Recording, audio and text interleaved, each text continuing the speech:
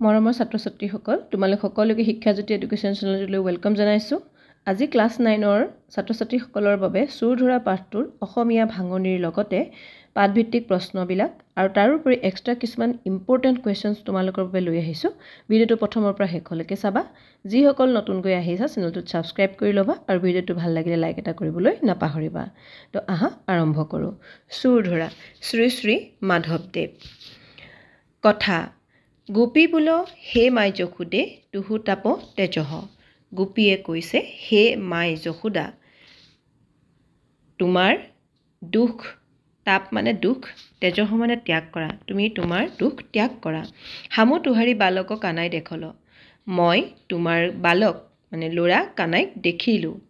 এক গোৱালীক লবনো চুৰি কৰিতে ঘৰ মহ পৈখল।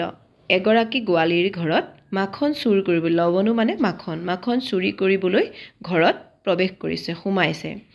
আহে পেখি সেই গোৱালী লবনো চুৰ ধৰিয়ে ঠিক, আৰু তাকে দেখি গোৱালীগৰাকীয়ে লবনো চুৰ ধৰিছে কৃষ্ণক।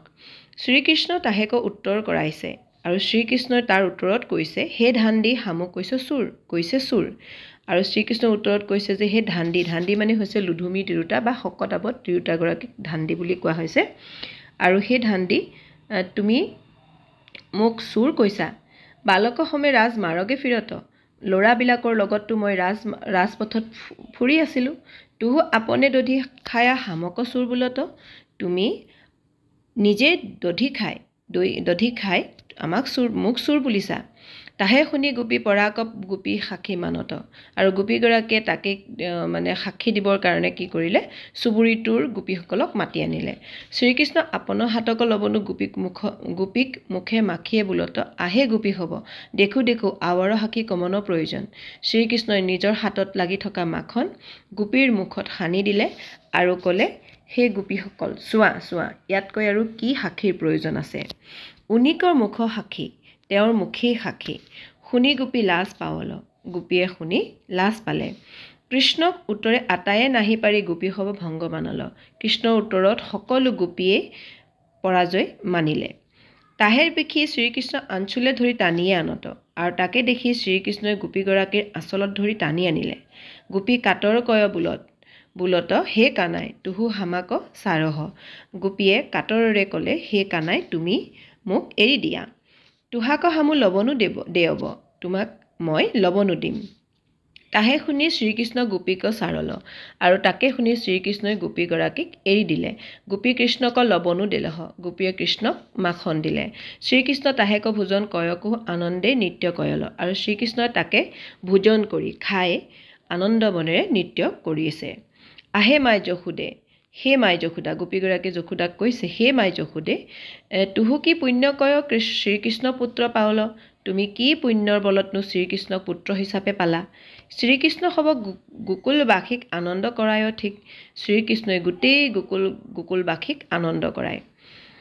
অৱতুহাৰী কানাই বহুত চুৰ চাতুৰিয়ে গোপীক ভংগ কৰাই নানাবিধ কৌতুক নৃত্য কৰিয়ে ঠিক। এতিয়া তোমাৰ কানাই বহু চল চাতুৰিৰে গোপীসকলৰ লগত বিভিন্ন ধৰণৰ কৌতুক নৃত্য কৰি আছে। ইহা জানি হে মাই চিন্তা শোক চাৰহ, তাকে জানি হে মাই চিন্তা আৰু দুখ এৰি দিয়া। সূত্ৰ তদন্তৰে যশোদা পুত্ৰক শুভ বাত শুনিয়ে কহো, গোপীক ভংগ কৰাই নানাবিধ কৌতুকৰ নৃত্য কৰিয়ে ঠিক।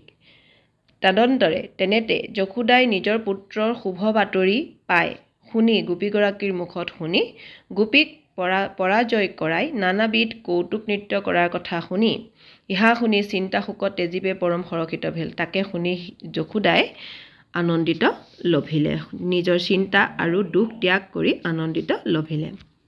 কথা যশোদা বোল হে মাই গোৱালী কোন ঠামে হামাৰ বালক ঠিক, তথি হামাক নিয়া যাও।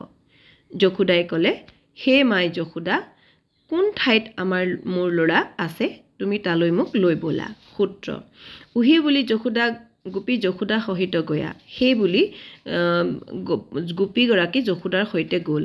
গোৱালী হৱক ঠামে শ্ৰীকৃষ্ণক দেখা হ'ল, আৰু গোৱালীসকলৰ লগত শ্ৰীকৃষ্ণক দেখিলে। শ্ৰীকৃষ্ণ গোপী সৱক মধ্যে নৃত্য নৃত্য কয়ঠিক আৰু শ্ৰীকৃষ্ণই গোপীসকলৰ মাজত নৃত্য কৰি আছে আপোন পুত্ৰক দেখিয়ে যশোদাক হ'ব শৰীৰ জোৰাওল নিজৰ পুতেকক দেখি যশোদাৰ সৰ্ব শৰীৰ জোৰ পৰিলে কৃষ্ণক কুলে কয়ে গলে বান্ধি বদন চুম্বন কয়ে পৰম আনন্দ পাৱল আৰু কৃষ্ণক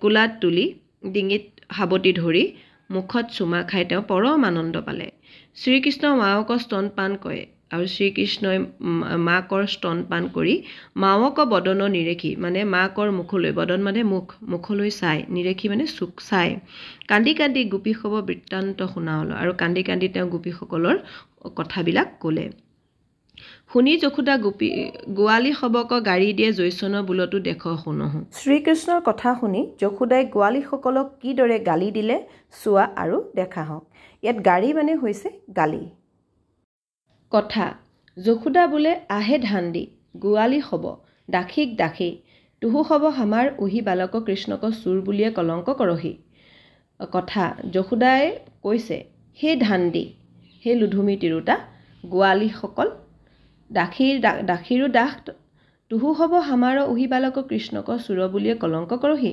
তহঁতি মোৰ ল'ৰা কৃষ্ণক চুৰ বুলি কলংক সানিছ চিহ তোহাৰী মুখে চাৰ পৰুক চিহ তহঁতৰ মুখত চাই পৰক হে বাপু কৃষ্ণ উহি বান্ধি হবক থানে আৱৰ নাহি আহব হে বাপু কৃষ্ণ তুমি এই ঠাইত আৰু কেতিয়াও নাহিবা হামাৰ ঘৰে দধি দুগ্ধ লবণকে পুছত আমাৰ ঘৰত ইমান দধি দুগ্ধ আছে কোনে পুছে যত খাইতে পাৰ তত হামু দেৱব তুমি যিমানেই খাব বিচাৰা মই সিমানেই দিম তোহাৰী বলাই লওঁ তোমাৰ বিপদ বিঘিনি সকলোবিলাক লওঁ মোৰ পাতি লওঁ আহে বাপু তুহু হামাৰ কৌটি পুৰুষ দেৱকো পৰম দেৱতা হে বাপু তুমি মোৰ কোটি কোটি পুৰুষৰ দেৱৰো পৰম দেৱতা মাথাক মুকুট মূৰৰ মুকুট গালাক সাতসৰী ডিঙিৰ সাতসৰী বুকেৰ শীতল চন্দন আৰু বুকুৰ শীতল চন্দন সূত্ৰ উহি বুলি যশোদা গোৱালী সবকত ঠেংগনা দিয়ে খেদাই কহোঁ আৰু সেই বুলি যশোদাই গোৱালীসকলক তাৰ পৰা খেদাই দিলে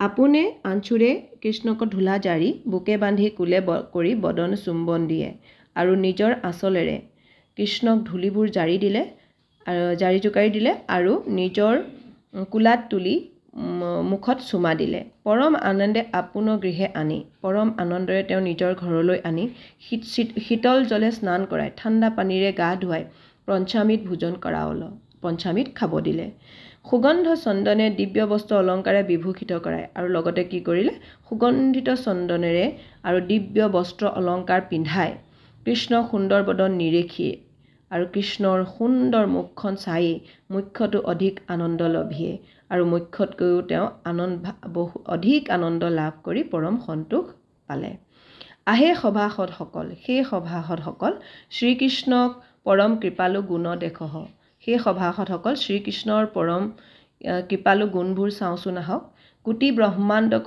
ঈশ্বৰ হুয়া নন্দক গৃহে বেকত হুয়া কোটি কোটি ব্ৰহ্মাণ্ডৰো যি ঈশ্বৰ সেই ঈশ্বৰে আহি নন্দৰ ঘৰত জন্ম ল'লে নানান বিনোদন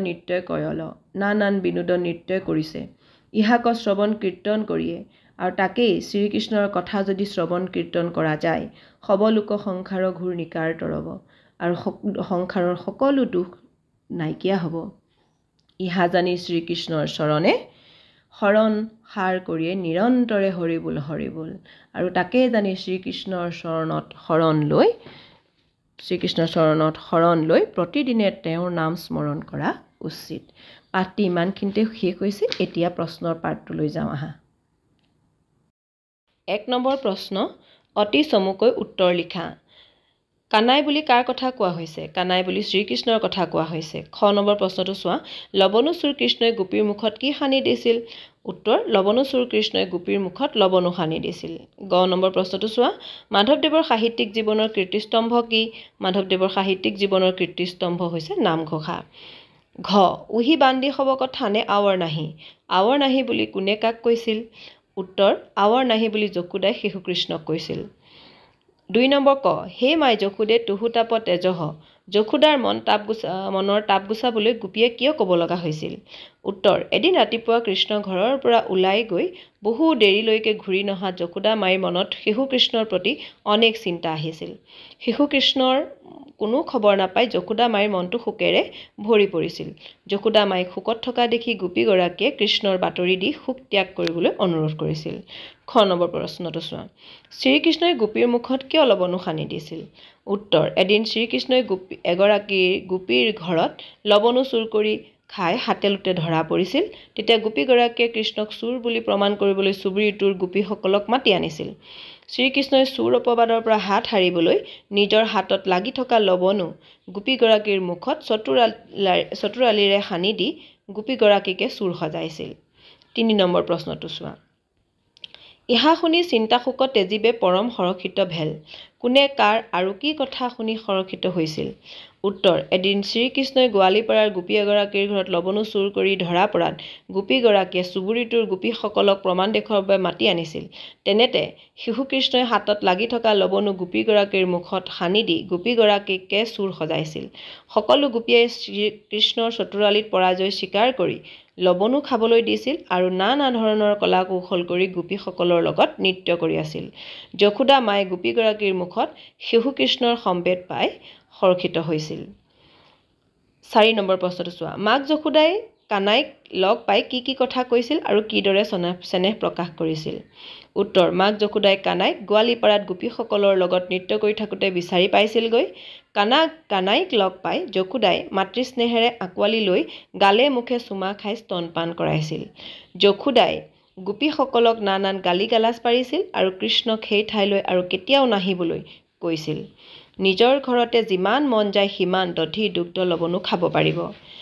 যশোদা মায়ে লগতে কৈছে কৃষ্ণ তেওঁৰ কোটি পুৰুষৰ পৰম দেৱতা, মূৰৰ মুকুট, ডিঙিৰ সাতসৰী আৰু বুকুৰ শীতল চন্দন। যশোদা মায়ে গোপীসকলক তাৰ পৰা খেদাই দি নিজৰ আঁচলেৰে গাৰ ধূলি আঁতৰাই ঘৰলৈ আনি শীতল জলেৰে স্নান কৰাই পঞ্চামৃত খাবলৈ দিছিল। শ্ৰীকৃষ্ণৰ শৰীৰত চন্দন লগাই নানা অলংকাৰ পিন্ধাই দি মাক যশোদাই কৃষ্ণৰ মুখলৈ চাই আনন্দ লভিছিল। মাক যশোদাই এনেদৰেই কৃষ্ণৰ প্ৰতি চেনেহ প্ৰকাশ কৰিছিল। ৫ নম্বৰ প্ৰশ্নটো চোৱা। তলৰ পুৰণি শব্দবোৰৰ আধুনিক ৰূপ লিখা। তেজহ মানে ত্যাগ কৰা, তোহাৰী তোমাৰ, হামু মই, ঠিক আছে, উনিকৰ মানে এওঁৰ, ফিৰত মানে ঘূৰি ফুৰা, গাড়ী মানে গালি, মাখিয়ে মানে হানি। ৬ নম্বৰ প্ৰশ্নটো চোৱা। বিপৰীত শব্দ লিখা। চোৰ সাধু, উত্তৰ প্ৰশ্ন, কাতৰ অকাতৰ, পুণ্য পাপ, সুখ আনন্দ, হৰ্ষ বিষাদ, শীতল উত্তপ্ত। এতিয়া আহিলোঁ এক্সট্ৰা কুৱেশ্যনছখিনিলৈ, যিখিনি মষ্ট ইম্পৰ্টেণ্ট। তোমালোকে এইখিনি চাবই লাগিব। পঞ্চামৃত কি? পঞ্চামৃত হৈছে এৱা, গাখীৰ, দৈ, ঘিউ, মৌ আৰু চেনি মিহলাই কৰা পানীয়। ২ নম্বৰ প্ৰশ্নটো চোৱা। শ্ৰী শ্ৰী মাধৱদেৱৰ দ্বাৰা ৰচিত একমাত্ৰ নাটকখনৰ নাম কি? উত্তৰ হৈছে দধিমথন বা অৰ্জুন ভঞ্জন। ইয়াতে তোমাৰ আৰু এটা প্ৰশ্ন আছে, দধিমথনৰ অন্য নাম কি? তেতিয়া তোমালোকে অৰ্জুন ভঞ্জন লিখিবা। যদি অৰ্জুন ভঞ্জনৰ অন্য নাম দি দিয়ে তেতিয়াহ'লে দধিমথন লিখিবা। ঝুমুৰা কাক বোলে? একোটা সম্পূৰ্ণ বিষয়বস্তু বা ঘটনাৰ সলনি ক্ষুদ্ৰ ঘটনা বা পৰিস্থিতিক লৈ চমু পৰিসৰত ৰচনা কৰা নাটককেই ঝুমুৰা বুলি কোৱা হয়। ৪ নম্বৰ প্ৰশ্নটো চোৱা। শ্ৰী শ্ৰী মাধৱদেৱৰ জন্ম ক'ত হৈছিল? শ্ৰী শ্ৰী মাধৱদেৱৰ জন্ম লখিমপুৰৰ নাৰায়ণপুৰত জন্ম হৈছিল। চোৰধৰা পাঠটিৰ লেখক কোন? চোৰধৰা পাঠটিৰ লেখক শ্ৰী শ্ৰী মাধৱদেৱ। চোৰধৰা পাঠটিৰ ইমানখিনিয়ে আছিলে।